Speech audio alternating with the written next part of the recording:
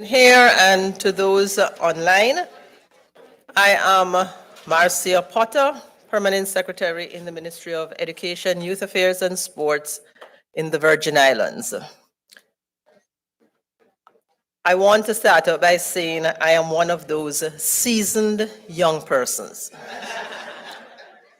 who has been involved in education as an educator and as an education administrator for over 40 years.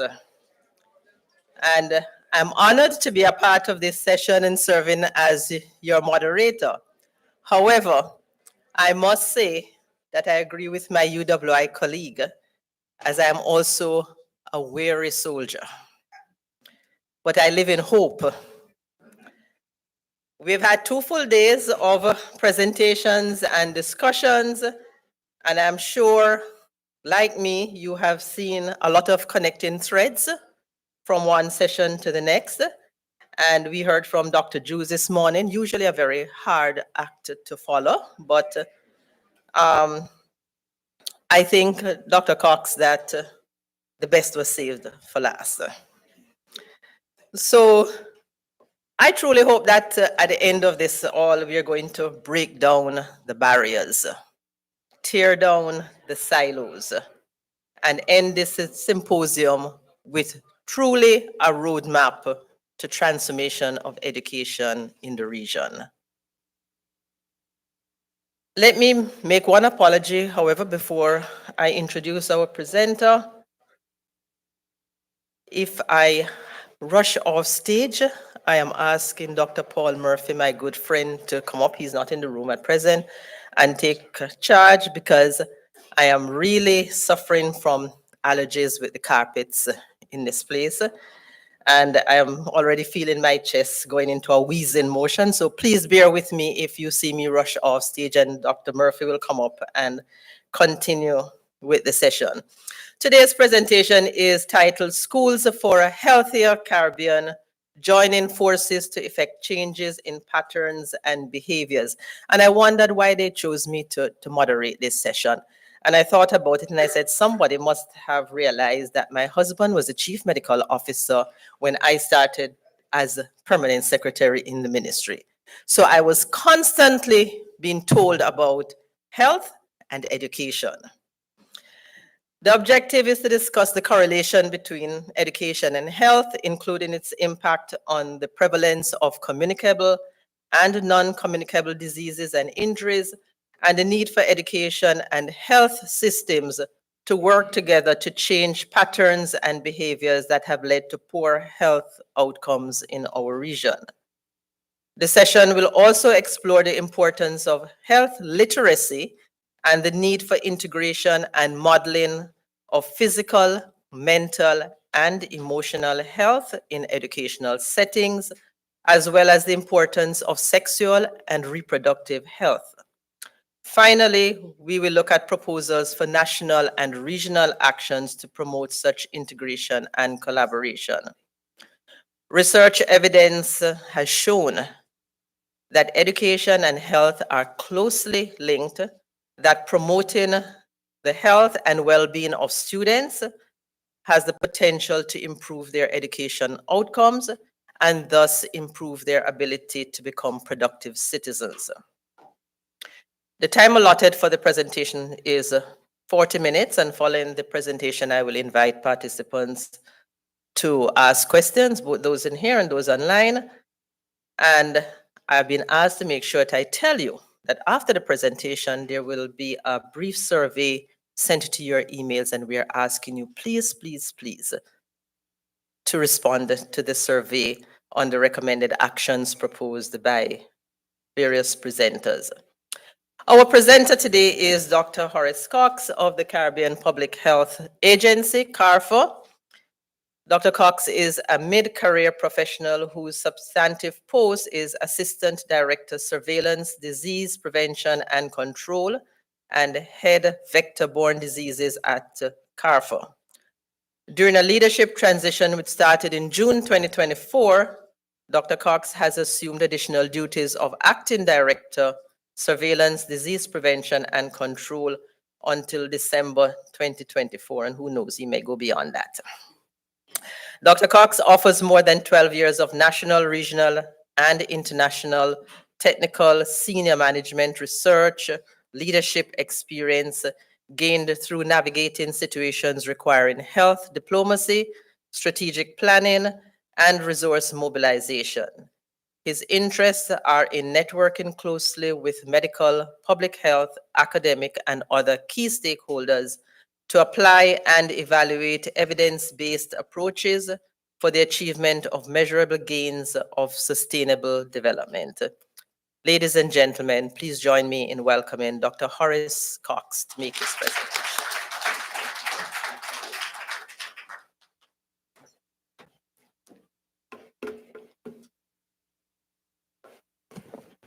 Excellent. Good morning. All right. So this group is doing well. Thank you so much for that very warm introduction. And I'm happy to be here. I must thank the organizers on behalf of the Caribbean Public Health Agency. And as the chairperson of this session has said, it's about breaking down silos, right? And what better way than to invite health to speak at an education symposium? So I appreciate and would like to applaud the organizers for this opportunity. Having said that, I bring warm greetings on behalf of the executive management team, the ad interim executive directors, Dr. Lisa Ndar, supported by Dr. Mark Sami and myself. Yes, we're going to be speaking about schools for a healthier Caribbean, joining forces to effect changes in patterns and behaviors. And this is a complicated topic, which we often tend to oversimplify in healthcare because we believe that we can just develop products and we can issue them to people. And somewhere or the other, these things are going to change behaviors. And I think the most recent observation with COVID-19 would have taught us a lot that it doesn't quite work that way. Correct? So what I'll attempt to do today is to show you how in past we have united with ministries of education to deliver school interventions that will affect behavior change at different levels. Excellent. So as an overview, it would be remiss of me if I didn't share a bit with you about the Caribbean Public Health Agency. I know many of you are from the Caribbean, but of course from a different sector. So I wouldn't make any assumptions. And then I'll transition to the Childhood Obesity Project and other initiatives that we're implementing as the regional public health entity in collaboration with ministries of health. So this is a lovely smile. I like the slide because, and that's why I chose to put this title, CARFA, an expression of regional cooperation in health, right? And when you see this, you feel like health is the best thing. We don't have all of these diseases that are out there, right? Because this is just the perfect smile that is here. So if I were to share a bit about the Caribbean Public Health Agency, some of you may be asking the question, what is CARFA? What does it do? I'd like to take you back and share a bit about the history. So we're an amalgamation of 5 regional institutes which existed previously.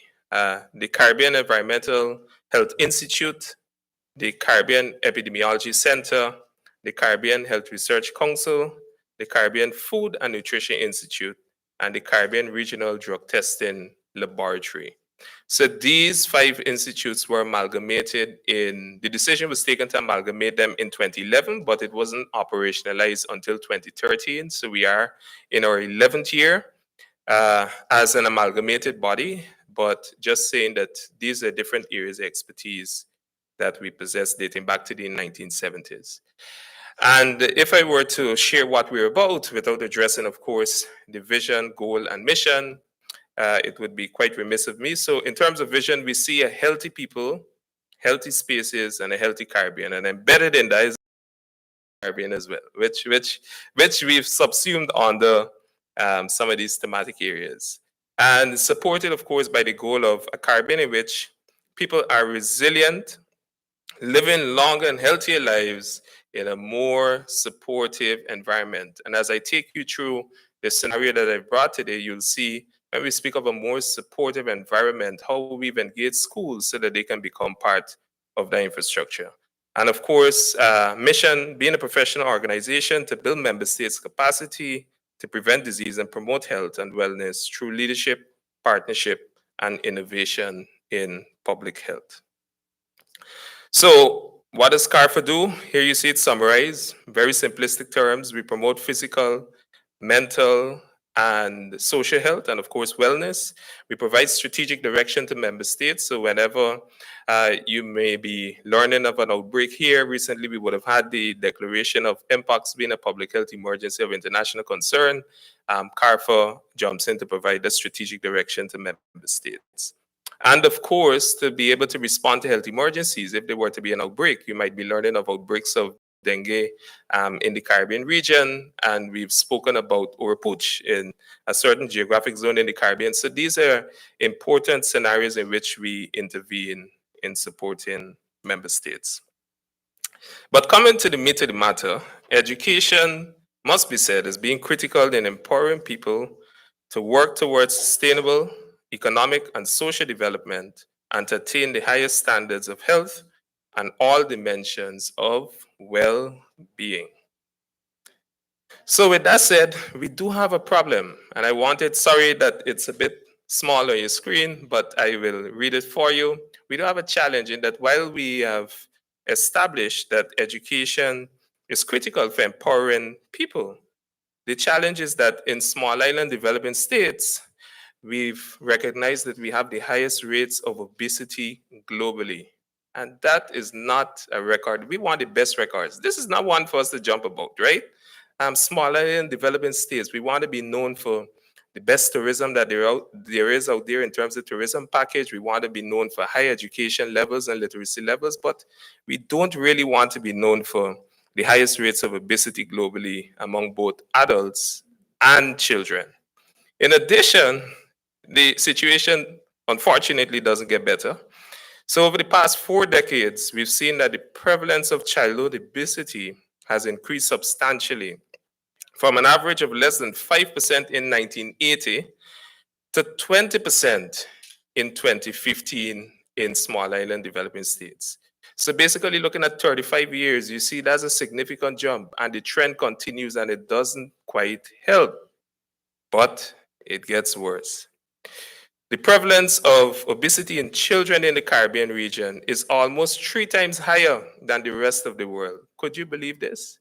3 times higher, right? Yet we serve the sugary beverages, yet we love the frosted donuts, yet we love the chocolates. Every time we travel, people say, haven't you brought me any chocolates? But this is the stark reality. Do you believe that we're 3 times higher than in the rest of the world, the Caribbean? This is not a statistic with which we want to identify. And yet, it doesn't get better. Overweight and obesity prevalence levels in children aged 5 to 9 years in CARICOM countries range between 26.1% and 39.5%, and this continues to rise. So when you look at it, 40%, this is very problematic. And I know some of you are looking at it and saying, well, I didn't know it was this bad. I thought it was just coming to hear about brochures being distributed in schools and how we can break down the walls, but now he's starting to tell us about obesity. But there is context to it. So the project that I will share with you is built upon what I just shared as a pretext. And here you see a very summarized depiction of what the project entails. I will go through the details, so not to worry. So the project was initiated in 2017 with a sensitization meeting with key stakeholders, and then there was a technical visit. So to say that it was implemented by the Caribbean Public Health Agency, and of course funded by the World Diabetes Foundation. And then you had several activities, which I'll take you through in a bit, spanning from 2018 to 19, culminating in 2020 with the dissemination of findings. Importantly, you'd recognize that behavior change, and I know there's some specialists that can speak to behavior change all day. I see Dr. Mohammed smiling at the back. But the reality is that it's not something that can happen from today to tomorrow, to put it simply. And in addition to that, it really requires an understanding of what the gaps are, what the drivers of such behavior would be within a given population, and to be able to design things that could potentially reap benefit and to see how we can monitor and evaluate those. So this is the project design.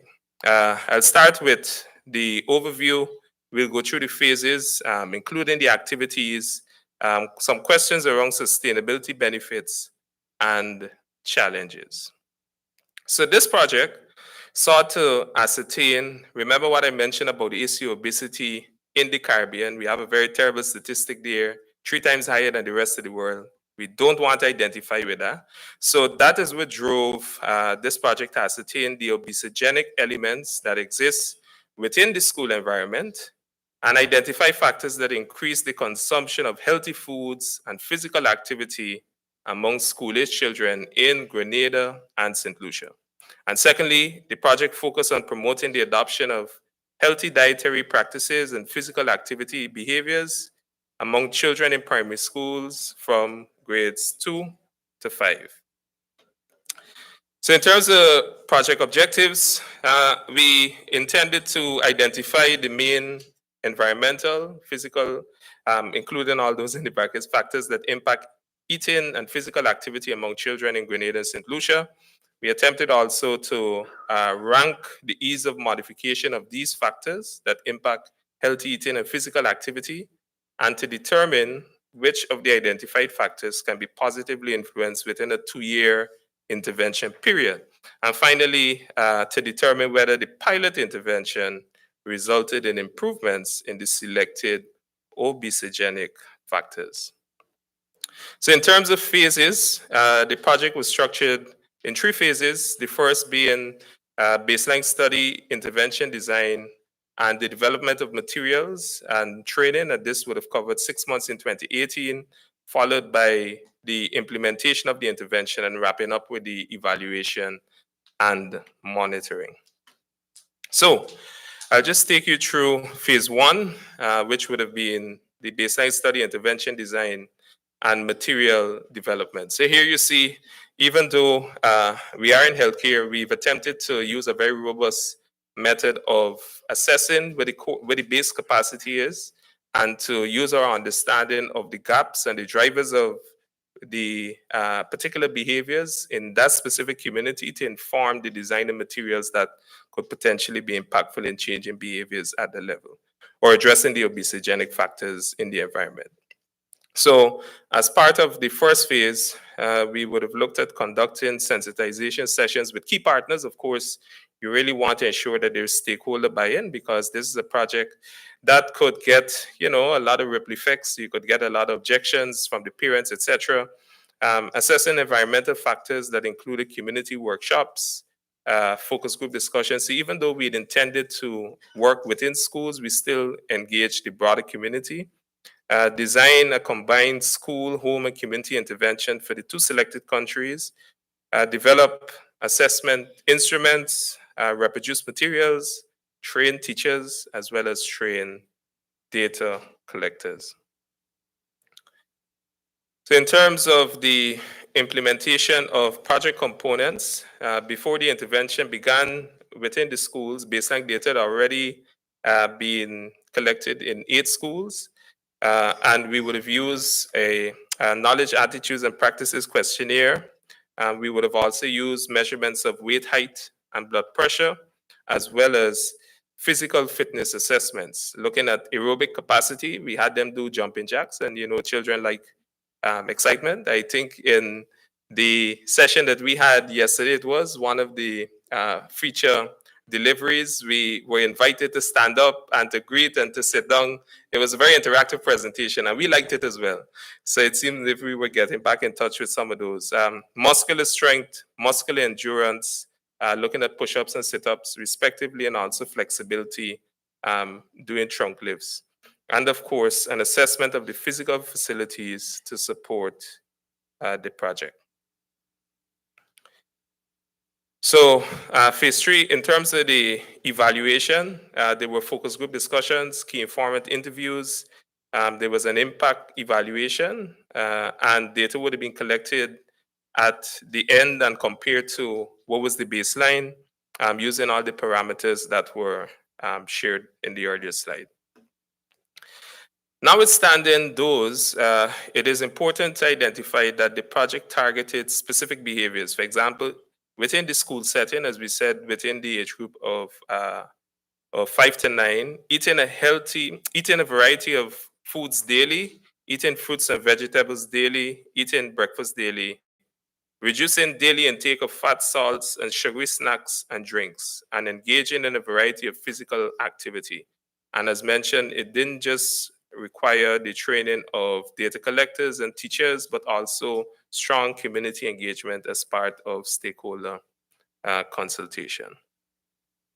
So for the project components, we had classroom teaching, school-wide promotional activities, building a supportive environment at home and community, and building a supportive environment at school. So you may ask, when we speak of teaching, the development of behavior curricula on diet and physical activity. And this would have comprised of several lessons to be disseminated or that were disseminated within the classroom based on predetermined nutrition and physical activity concepts. Regarding specific nutrition and physical activity program, school-wide activities, these activities were conducted as part of extracurricular engagements. And then earlier I mentioned about building supportive environment, sorry, there's a typo or a couple typos on this slide. Apologies for that. It should be environment. So working with canteen staff, vendors, and others within the school setting. For the typos, I hasten to transition from that slide. I'm in the presence of educators, so I need to correct myself on the spot. All right, so, but when we were looking at the project schools, the selection would have been important. So as mentioned, we were looking at Grenada and St. Lucian. We had intervention as well as a control group. And here you see, my apologies. And here you see the slide referring to the different schools within each group. So importantly, wanted to share that an Angelo process was applied for this. And Angelo basically means an analysis grid for elements linked to obesity. And it was used to determine the environmental barriers to healthy eating and physical activity and to aid in priority setting. Workshops were conducted with key ministry personnel and other stakeholders from private sector, NGOs, and communities in both rural and urban settings in the vicinity of the project schools. And then 3 community workshops were held in St. Lucia and Grenada. So what were the conclusions for this process? As a result of the baseline study, the following behaviors were identified: eating variety of foods daily, eating fruits and vegetables daily, eating breakfast daily, reducing daily intake of fat, salts, and sugary snacks, drinks, engaging in a variety of physical activity daily. So a multi-component or multi-prong approach was taken, including all of these components. But as I said, to engage, especially in a school setting, you need to also develop tools, relevant tools. So we benefited from the use of the World Diabetes Foundation school-based project, reversing the rise in childhood obesity. This is a teacher's lesson manual. And of course, it is not only for grade 2, but you have it for the different grades where we'll be implementing. So it's tailored to the specific grade. Also, there is the resource manual for components 1, 2, and 3. You have different visual aids, for example, enhancing aerobic capacity. So for every extracurricular activity that was identified, you have these engaging printed material that would have been reproduced for persons to review and relate to. And also guidance as to how persons within the school setting can exercise well. I spoke about the capacity building with teachers from grades 2 to 5. And just to note that they had a 3-day workshop. And for the data collectors, they benefited from a 2-day training. So here you see, for the baseline data collection, you see several photos there indicating how the tools were administered. So in the first instance, you had the questionnaire being applied. You had also measurement of the blood pressure within the school setting and also height and weight measurement. So it was, I see somebody give me a little wink there. You recognize yourself in the photo? Yeah. So all of these things were taken to be able to have some baseline assessments and then to um, come up with some interventions and, of course, to monitor whether or not the interventions were impactful. So sample size, we looked at 932 with 51% being males and the age 7 to 13 for different reasons, as you'd be able to appreciate. Average age of 8 years, 4 months. And here you see it disaggregated by member state today, right? So, forgive the typo at the top of the slide, should read nutrition, knowledge of nutrition. Yeah, I got excited fingers there, sorry. So here we had several questions in the survey that would have been administered. And so we asked the question, do you know what are the food groups? Within the age group, 71% said no. And excuse me, from the intervention group, you had 62% say no. Perhaps I can just read the ones that are very salient. Do you know what a healthy diet is? 46.8% said no. Do you think, going to the next one is red, eating different types of foods every day will help you lose weight? Surprisingly, 66% said no. So this is an appreciation at the level as to these different concepts. And lastly, do you think eating different types of foods every day will help you get all the nutrients that you need? This one was understood very clearly. Regarding the body mass index, of course, we would have, as mentioned earlier, we looked at height, we looked at weight. So you see that in the intervention group, 3.7% had been in the category of obese and 1.2% very obese. Fitness assessment, as we said, we had them doing the jumping jacks and the crunches, right? And also we were monitoring, for example, heartbeats per minute. And we had different things that led to the interpretation as to whether the student was fit or not. Unfortunately, even though you saw only less than 5% in each of the categories of obese, etc., 92% of the students failed this test. And of course, we used parameters that were relevant to the age group. So even though we do see physical education as part of the curriculum, the level of fitness, unfortunately, for persons that run around all day and have all the energy in the world, is not quite where we expected it to be, or was not quite where we expected it to be at the time. So the baseline physical inspection, we noted that activities were done in physical education classes. There were physical facilities available, equipment available, extracurriculars, school, clubs, etc. Those activities were available. Okay, but importantly, on the right, you'd note that there were 3 areas observed for support of healthy eating behaviors. One, the sources of food among the children, the food service operations, and the food availability. So regarding supporting physical activity in schools, physical education was mandatory in intervention schools, so that's good. The activities lasted for about 30 minutes and included physical fitness, exercise, sport, and games, and physical evaluation. All schools except this one, which I believe is in St. Lucia, had facilities that allowed for participation in activities. Also noting that all schools had access to nearby facilities that were listed in good condition. However, a variety of equipment would not have been in functioning order. And Reunion Primary, I believe, and also St. George's Methodist Primary were the only schools with physical activity clubs, and St. George's Methodist Primary was the only with well-lit grounds. So supporting healthy eating behaviors in schools, a variety of beverages, snacks, and other foods were available at the schools. Beverages, for example, you see them listed there, and snacks, you see them listed there as well.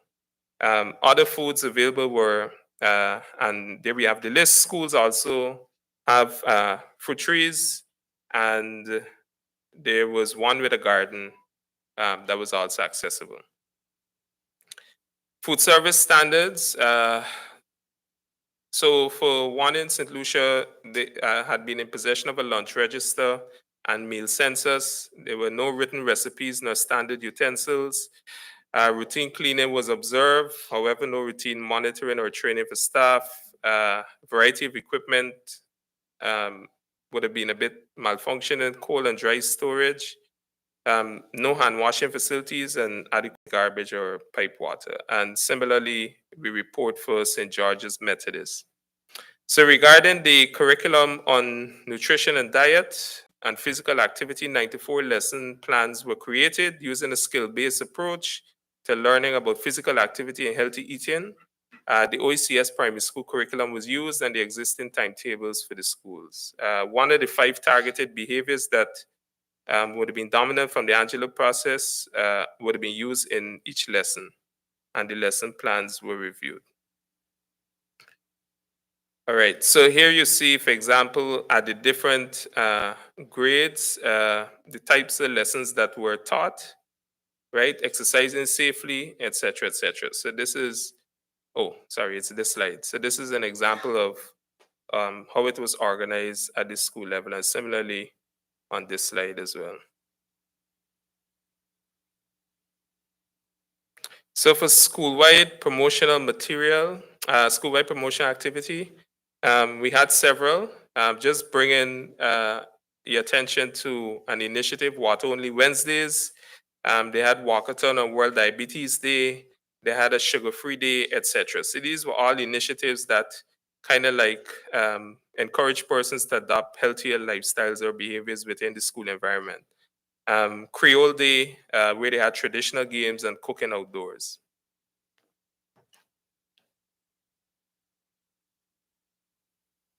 Also, they formed a Zumba club, right? So every Wednesday at 1 p.m. to 2:30. Yes, that bit somebody liked that one.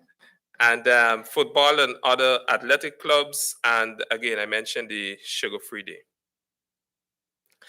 So when we speak about building a supportive environment, again, my fingers were a bit excited here in typing the title to this slide.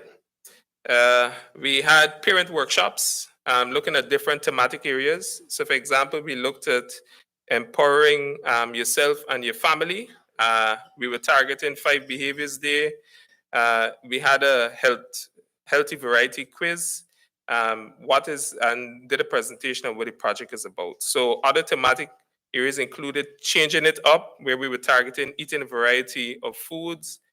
A great way to start the day, eat breakfast early. Know your facts. We were talking about reducing daily intake of fat, salts, and sugary snacks and food. And again, the project was aiming at reducing obesogenic factors within the school setting. Snack attack, reduce daily intake of fat, salts, and sugary snacks and food. We all love snacks, but sometimes we need to attack the snacks, right? Not necessarily in the true sense in eating it, but yeah, yeah. I don't want it to be I don't want it to be misconstrued and then say that, well, it was presented that we should attack the snacks. And then we have another, we see that the trend kind of doubles in short order. Yeah, and keeping it real, talking about eating other varieties of food. And of course, we looked at move it. So engaging in a variety of physical activity daily. We talked about Zumba just now and other things. Walk, skip, jump, run, engaging in physical activity there again. Love to move.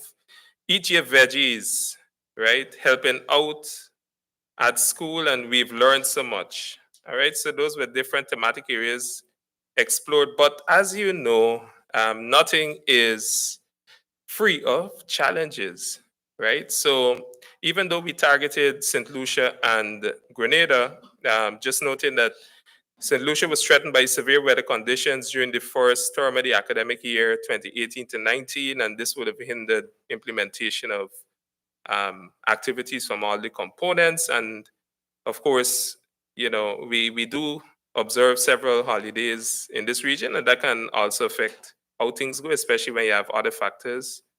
And in some instances, we had challenges with the liaison within the school setting. So, to summarize, we have results to support that this way of engaging at school level, children within the ages of, let's say, yeah, probably well, grades 2 to 5, in 2 member states, we would have seen promising results. And to note that the way to do it is in a robust way where we assess where the gaps are. I spoke about the tools that we can use to administer and assess where those gaps are and where the drivers of certain behaviors would be.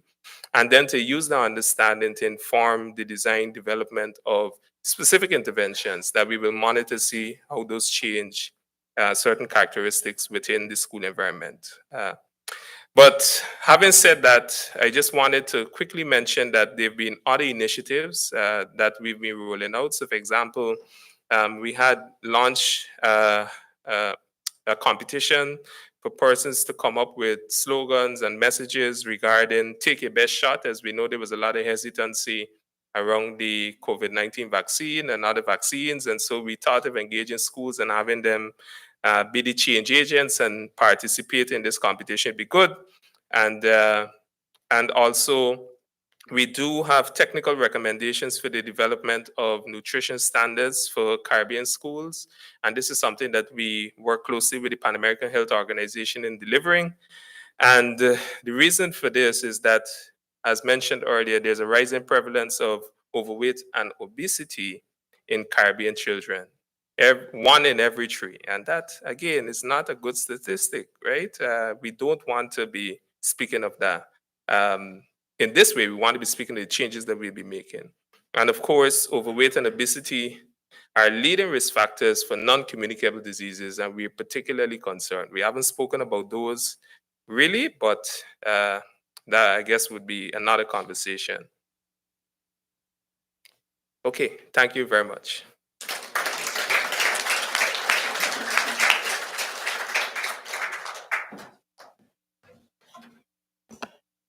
Thank you very much, Dr. Cox.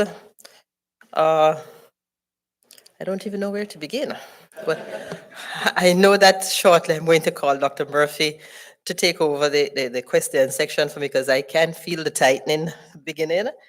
But we got some information there, and obesity 3 times higher than the rest of the world.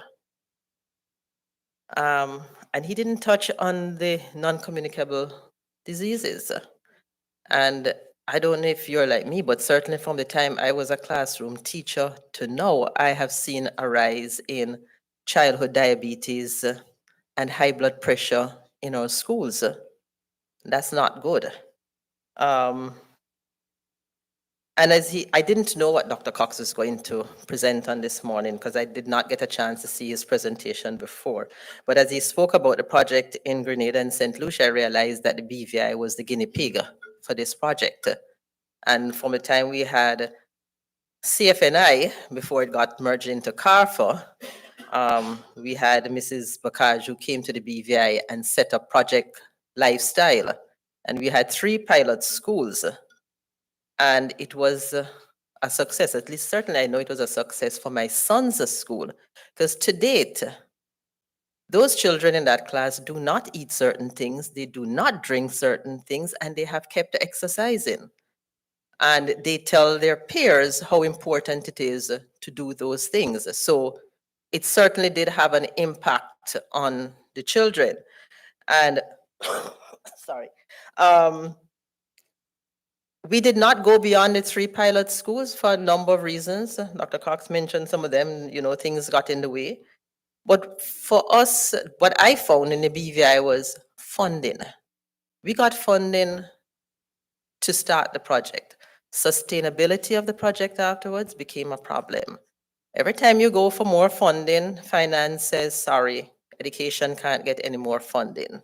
That's one problem. The second issue we had, a challenge that we had, was that, which I think they tweaked afterwards, was that in our schools, teachers had to model what they were teaching the children. Now, when children started saying, "But miss, you obese too," everything fell apart because the teachers are not going to accept children telling them you are obese. We asked teachers to model what they were eating to the students, and teachers said, "You're not going to tell me what to eat. They're the ones who have to eat what they're told to eat." That was another issue. And then we said to the teachers, "You also have to go do the physical activities, weigh, get your BMI. No way, no how. I am not going out there with them to do any physical activity." So we recognize that even as we met with the teachers at the start and tried to sensitize them, it needed more training of teachers and getting behaviors and patterns to change for them to be able to take it to our children. And Mr. Murphy, I'm going to ask you to come now, please.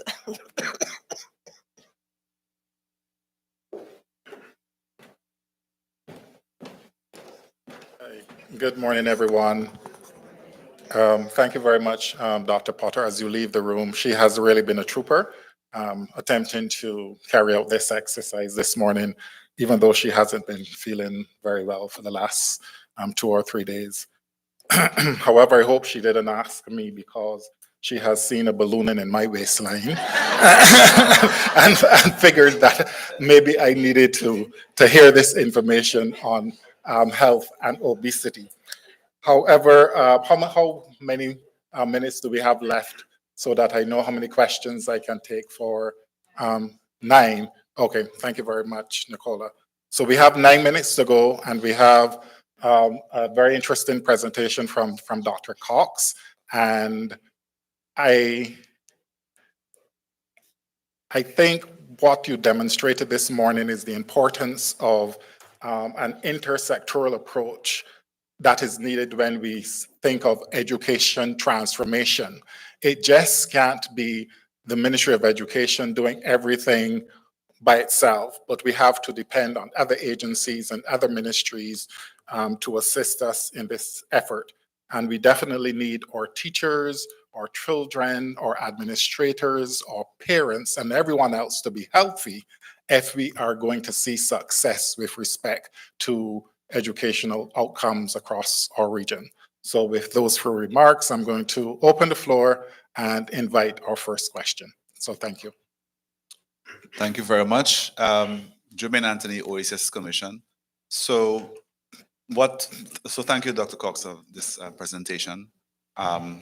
It certainly brings to mind that the fact that, we're trying to develop a whole child and not just, academics. And of course, I think someone said yesterday, if the child arrives hungry or they're being bullied and so on, the internet connection will not do much. And likewise, if they're not healthy, they can't really concentrate. But there's another element I wanted to highlight as well. I think Dr. Mishka Duncan Adams, who's from St. Vincent Grenadines, an early childhood services person as well as a medical doctor, highlighted that we have an increase. We're observing more and more autistic-like behaviors among young children. And that is another dimension to the diet and the health aspect. So there's that happening in addition to the obesity and, bad, poor diet. But I suppose, and I'm assuming the dilemma for policy people and even the school principal is that every time you have a sports meet or you have a graduation, guess who they turn to for sponsorship? It's the same people who produce the Coca-Cola and all of those, the biscuits, what do you call them? The tea time or whatever. And so the question is, how do you bridge, how do you, separate from these people to say, no, we no longer want your sponsorship. Our children's lives are more important. Thank you. Dr. Cox. Thank you very much for that. That's a complicated question to unpack for us, because you've also posed a question of resource mobilization tied to the point on sustainability, and also how we kind of manage how we get or where the sources of the resources, right? So the challenges that we noted this as well, and I think stepping away from the school setting for a bit, even it was noted when there was a petition out in and around the recently concluded Olympics, because you had one of the big soda companies sponsoring, and there was a petition that was being circulated and persons were being asked to join. So it's just to say that what you've said resonates, and the times it's where the funding comes, and then that's a decision that needs to be made on an individual basis, depending on whether or not there's a policy in place to facilitate. But it is a real complication. And one of the things that I experience on a personal level, for example, I'll share two examples. If you go to a fast food place, depending on where you might access, again, I'm not advertising for that, but just sharing an example. You say, no, I don't wish to have a drink. I prefer a bottle of water. At times you end up paying more, right? So it's more a disincentive for persons to adopt the right lifestyle. Another thing that I've noted is that in some places, depending on where you go again, you can just have unfettered access to as much soda as you wish, once you've already paid. And so these are some of the things that can particularly be or often negative impact on some of the efforts that we're trying to make within school settings. So we see the opportunity within schools to really touch the change agents as we identify, because those take the messages home. It was said. I mean, you're in a school and you're telling the child, well, we're doing these things, we're assessing you by these parameters, and we want you to eat well. But then the child starts to say, but you're obese. Why are you telling me this? And innocently remarks that way, of course. But the children are the real change agents. So it's something that we haven't figured out completely, but we'll need to see how best we can manage, and especially depending on where the resources come from. The reality is, from a public health perspective, not much funding is available for non-communicable diseases and to address compared to the other things. And persons use the term very loosely where they say it's not as sexy, meaning it's not as appealing as an infectious disease or what have you. So it's something that we're on a daily basis battling to see how we can attract more funding, to have more robust programs that are implemented in a sustainable way in settings such as schools. But it is a challenge which we'll continue to attempt to address, and hopefully we'll have a solution that's definitive soon. Thank you. I think we have about 5 minutes left, and we have a line behind Wow. our mic. So I'm going to ask you to make your comments either very brief or your questions very brief, so that we can get through as many of the comments or questions as possible. Thank you. Okay, so good morning, everyone. Thank you, Dr. Cox, for the presentation. I'm Rebecca from UNICEF Jamaica, and it's actually not so much a question as it is a request or an encouragement, and maybe this is already happening, but UNICEF Jamaica has recently received a significant amount of funding from the Bloomberg Foundation. Obviously, that funding is going to end, but right now it's working, and we're grateful for it. But one of the focuses of that funding is specifically nutrition, and so there's been a lot of work being done on a nutrition policy for schools between the Ministry of Health and Education that also includes what's sold at the school gate, not just what is sold in the canteen, as well as lobbying, significant lobbying. That's a big uphill battle with the private sector for a front of package labeling campaign to put these warning labels on certain foods. And there's billboards and whatever all over the place about that, but it's an uphill battle, as you can expect, because the big business is big business, and a lot of big business is foods that have been discussed here. Also, there's the Jamaica Moves in Schools program, which I think Jamaica Moves in general, which companies have adopted to provide time and mechanisms for staff, including the Ministry of Education, to exercise, and then taking it to schools. Where the challenge in schools is timetabling it, which becomes more of a problem at high school. So you might have PE for grade forms 1, 2, and 3, but once you hit the CXC period, forget about PE, unless you're taking PE as a specific subject, which not all students take. So maybe some other countries have figured out that timetabling, because even the concept of adopting walking a mile a day or whatever and encouraging, which some schools in the UK have done at the primary level, they timetable that mile. And the staff have to participate in that. it's the scheduling that has been a problem for Jamaica, and I would think probably other countries, but maybe some other countries have figured stuff out. So if you can maybe convene as CARPA some sort of regional meeting to discuss, there's a lot of work being done in Jamaica. What I hear is there's work being done in the Eastern Caribbean, and there's best practices around this specific, cross-sectoral, very important issue that affects national budgets in a major ways and healthy lifestyles. So I'm encouraging you, definitely speak to Jamaica, but please convene, beyond UNICEF, because it's not just UNICEF working in this area. And I think that would be useful, because I think a lot of these are potentially low-hanging fruits, and you can build on the cooperation. Thank you. Excellent. Just Thank you very quick much. response. Thank you for that. Yeah, that's quite instructive. I appreciate that. Just noting that, yeah, we do recognize Jamaica Moves, and it's been one of the flagship interventions across the Caribbean region. And we've had it championed by the Minister of Health, Honorable Dr. Tufton as well, because we also have CARFA Moves, and we have something similar implemented in other countries in the Caribbean, and we've invited participation from Jamaica. So just noting that there's already something that's ongoing there, but certainly we will look to collaborate more.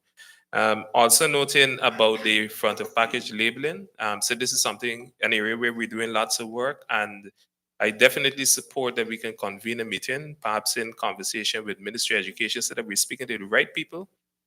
So this is what happens when we're in the same room. So I can take this message back to the people that are working on this on a daily basis, and we can see how best we can collaborate.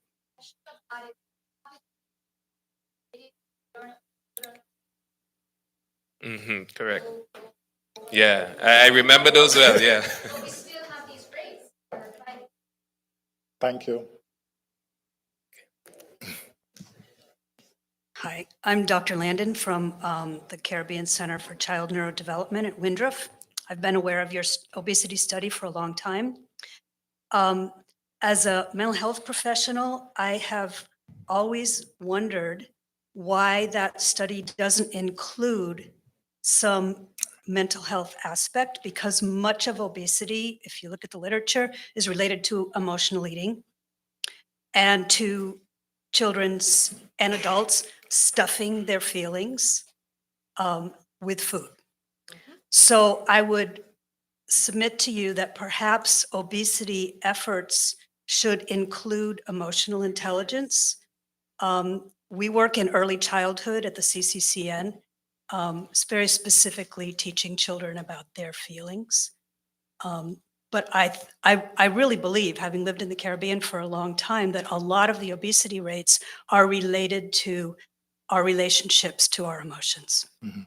Thank you. Thank And I'm wondering if you have any behavioral consultations around that, or mental health consultations. I know your next CARFA conference is about the tsunami of mental health, which I have to point out is a little bit misnamed, because the tsunami is of mental illness, Yeah. not mental health. Yeah.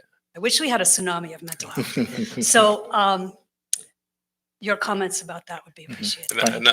I appreciate the intervention, and just saying that mental health is one of the areas that we certainly need to do a lot more work. And you're right. I mean, persons have said this. I've spoken with persons who are obese, and they say, well, I eat a lot when I'm depressed, right? Some persons, they don't. So different persons, different behaviors, depending on what's the trigger. But they're persons who eat excessively when they're depressed. Especially children. When I spoke about the bad statistics, looking at obesity, etc., in children, you're inviting me to go to the mental health side, but perhaps I leave it for another presentation. But just to say that, yeah, there are challenges there, and a lot of times it will go underdiagnosed. So I certainly agree with the intention to couple. We just need to ensure that we have the right expertise available, and perhaps this could be expanded to include the mental health component. So very important. Thank you. Thank you very much. And I mean, Dr. Gardner, you hit it on the head for me as well, the nail on the head for me as well. That was the one thing that I saw in the present as missing in the presentation. Why weren't we focusing on the mental health aspect as well as the physiological aspect in terms of the study? So I'm hoping, as you said, Dr. Cox, that we can expand the study in that direction in the near future. Our final question by Dr. Hernandez. Thank you very much. Good morning. Thank you so much for your presentation and for the work done, because we do need the data to drive our interventions. I have a little challenge. For example, in Jamaica, where I'm from, we have, I support what was said earlier, but we have a little challenge because a lot of our very poor children, they're used to having bag juice. Now, the bag juice is much cheaper and it has been proven to have less sugar than soda and some of the juices like cran grape and so on. But they can't sell it anymore because it has effectively been banned because it's so bad for the children. But the other things that are even worse are allowed. So we need consistency in policy. Yeah. So a little comment on that. But one of the things I just wanted to encourage you, the Ministry of Health, we need you with stronger partnerships. Because, for example, I'm in special ed, and one of the things we have done when I was at the Michael Care and other agencies and so on, we've tried to get our medical doctors. We even took them out of their comfort zone from in training to partner with us when it comes to early identification. We're still hearing parents coming to us late because the medical doctor keeps saying, oh, the will grow tight, man. He soon grow out of it. Talking late, walking late, doing everything late, but him soon grow out of it. We need greater partnership. And also, you have a lot of data that we need that you hug up when some of the when they're born with challenges, so you know from day one that this kid is likely to have a special education need. We want you to share with us more and to get rid of some of that hugging up of the data. Thank you. I'll hug you up later, Dr. Hernandez, for coming to an end at this point. Dr. Cox, with your final response, and then. One more question. No, maybe I'm told that I have to move on. I'm sorry. I'm really sorry. Yes. Dr. Cox. Yeah, thank you so much. Just to say that this has certainly lived up to expectation. Caribbean Public Health Agency, we'd like to thank you for the opportunity to share here. I think it just demonstrates that we need to break down the silos and have this engagement in a structured way. I'm certainly motivated going back to my team to give the feedback on what I've heard, how we can expand these efforts, how we can perhaps organize in a better way, how we can share information with key stakeholders. All right. And I heard some person saying amen to that. But yes, thank you so much. And we do look forward. Just going back to the comment that a colleague made about mental health. So very important. We take that in good stead. I think the suppliers will be particularly happy with you. Now they'll say, no, it's not us. It's the child. But that's just to tease you. But yeah, we'll see how best we can expand and monitor these other parameters and see. But I think we're in a good place where we've started. It has structure, and we take all this feedback in a positive way, and we'll see how we can improve and report back to you. Thank you so much. Thank you very much. So, thank you very much, Dr. Cox. Thank you to CARFA. Dr. Potter, very much appreciate your facilitating this presentation this morning. And thank you very much for being a very active audience and active participation in this session. This morning, Dr. Jules invited persons who had additional questions and so on to meet him, to email him. I'm going to encourage Dr. Cox to do a similar thing. There are burning questions, I think, in the audience for you, Dr. Cox. So if you have any additional question, please come forward and engage Dr. Cox, and I'm certain that he will respond to you. So thank you very much again, and I look forward to seeing you in the next session. Bye.